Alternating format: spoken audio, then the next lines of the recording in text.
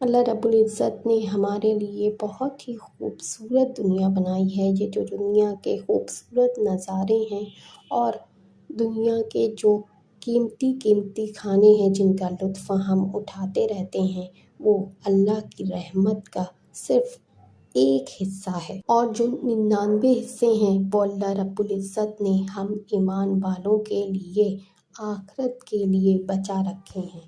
اگر کوئی مومن صرف ایک بار جنت کا دیدار کر لے تو وہ مرنے کی خواہش کرے گا۔ جس دن آخرت کا حساب و کتاب ہوگا اس دن اللہ کا غضب بھی ہوگا، اللہ کا کرم بھی ہوگا۔ اللہ رب العزت کے اسی کرم کو جب ہمارے پیارے آقا صحابہ اکرام سے ارشاد فرما رہے تھے تو آپ اتنا مسکرائے کہ آپ کی داڑھ مبارک ٹک گئی۔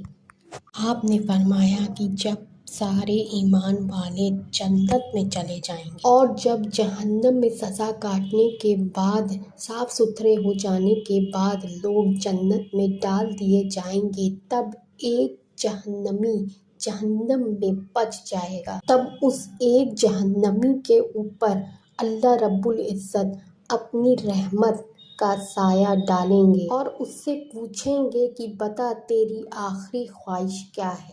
تب وہ شخص کہے گا کہ یا اللہ رب العزت آپ بہت کریم ہیں، رحیم ہیں، مجھے اس جہنم سے پناہ دے دیں۔ اگر آپ نے مجھے اس جہنم سے نکال دیا تو میں آپ سے اس کے بعد کچھ نہیں مانگوں گا۔ اللہ رب العزت اپنے فرشتوں کو حکم دیں گے کہ اس شخص کو جہنم سے نکال دو۔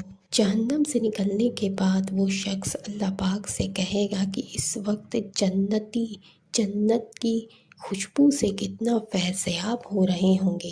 اگر آپ مجھے ایسے حصے میں رکھ دے جہاں سے جنت کی خوشبو مجھے بھی مل سکے تو اس کے بعد میں آپ سے کچھ بھی نہیں مانگوں گا۔ اللہ پاک کا حکم ملتے ہی فرشتوں نے اس شخص کو جنت کی خوشبو کے نزدیک رکھ دیا۔ پھر اس شخص نے سوچا کہ جب جنت کی خوشبو اتنی شاندار ہے تو خود جنت کتنی شاندار ہوگی۔ پھر اس شخص نے اللہ پاک سے دعا کی کہ یا اللہ میں جنت کو صرف ایک بار اندر سے دیکھنا چاہتا ہوں۔ اگر آپ نے میری یہ خواہش پوری کر دی تو اس کے بعد میں کچھ نہیں مانگوں گا۔ اللہ نے اس کی یہ بھی خواہش پوری کی۔ جب وہ جنت میں داخل ہوا تو جنت کو دیکھتا ہی رہ گیا۔ فرشتوں نے کہا کہ اب تم نے جنت دیکھ لی، اب تم یہاں سے جاؤ۔ اس پر اس شخص نے کہا کہ اب میں جنت سے نہیں جاؤں گا، کیونکہ اللہ پاک نے اپنے ایمان والے بندوں سے وعدہ کیا ہے کہ جو ایک بار جنت میں چلا گیا اسے باہر نہیں نکالا جائے گا۔